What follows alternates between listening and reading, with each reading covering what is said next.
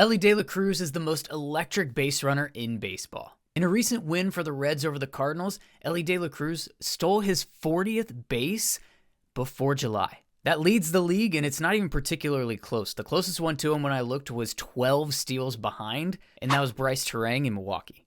Now, Elly hit the 40 mark in game 83 for the Reds, so I went ahead and did a little bit of nerd math and figured out that put him on pace at that time for a 78 steal season. And if you're curious how that nerd math went, I basically took a steal percentage for him, 40 stolen bases divided by 83 games, and then multiply that by 162, and voila, 78 steals for the season. And if he was able to reach that 78 mark, that would actually be a top 30 base stealing season since 1900. I believe it would fall 26th to be precise, and that would actually match Jose Reyes for the most since the 2000s, as well as matching Marquise Grissom for the most since 1990. In case you're curious, that would be around 70 all-time if you go back to the 1800s, which it's okay if you don't because ESPN doesn't either. Needless to say, if Elly can keep this up, he could be having a historic base stealing season, particularly for the past 3 decades. Can he keep it up? I imagine so. In fact, imagine what he could do if he was putting the ball in play more often. So I mentioned that he stole his 40th base in game 83. I pulled all of these stats that I'm going to reference for this video from the following day. Just throwing that caveat in there because baseball is baseball. There's 30 teams. They play every day. If you reference stats in any kind of content that you make, they're obsolete by the end of the day. But when I pulled this together on June 30th, he was hitting .252 for a batting average, which falls barely inside the top 70 across Major League Baseball. He does have a .342 on-base percentage, which is better. It hovers around top 40 in the league, and that's because he's taken 39 walks, which is top 20 in baseball.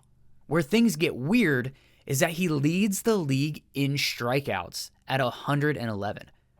How does a guy who's top 20 in walks and top 25 in total bases strike out so much?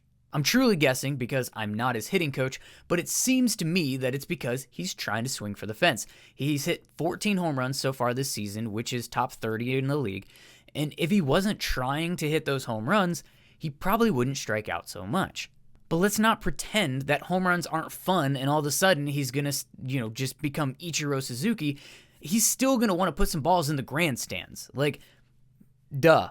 But if he can cut down the strikeouts and put more balls in play, imagine what he could be doing from an extra base hit standpoint, from stealing more bases standpoint. He's got the electric speed that just hitting the ball on the ground gives him a chance pretty much no matter what. So I wanted to explore that thought process for a little bit, and again, more nerdy math stuff. So he has 111 strikeouts. Let's pretend that was even just, an even 100. That would still be near the top of the league. There's only 7 guys currently with 100 strikeouts. So I'm not saying, hey, let's go from striking out 111 times to striking out 10. That's not the unrealistic improvement that I'm suggesting here. I'm simply saying go from literally the most strikeouts in the league to among the most strikeouts in the league. And let's just see what happens. Well, if you turn those 11 strikeouts that we take away into hits, his batting average jumps from .252 to .287. And his hit to stolen base ratio is just over 50%. 40 steals, 79 hits. So 11 more hits means he could potentially have 6 more stolen bases.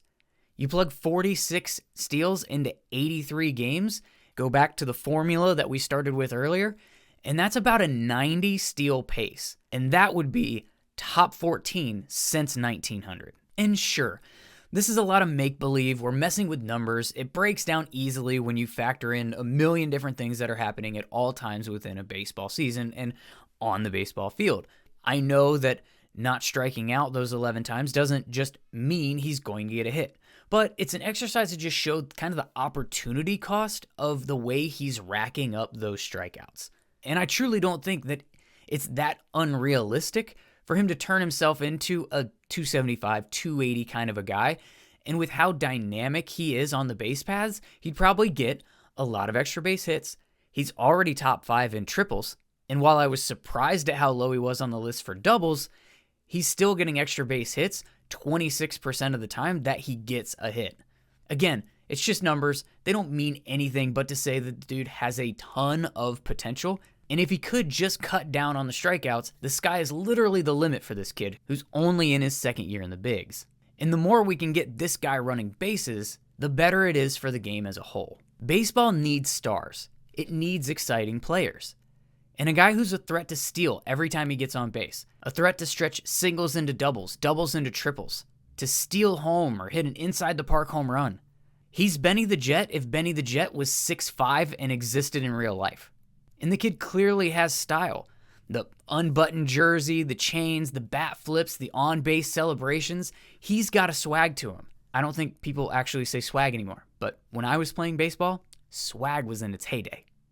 And he's polarizing. Love him or hate him, he'll be great to watch grow and see what happens and the impact he can have on the game of Major League Baseball.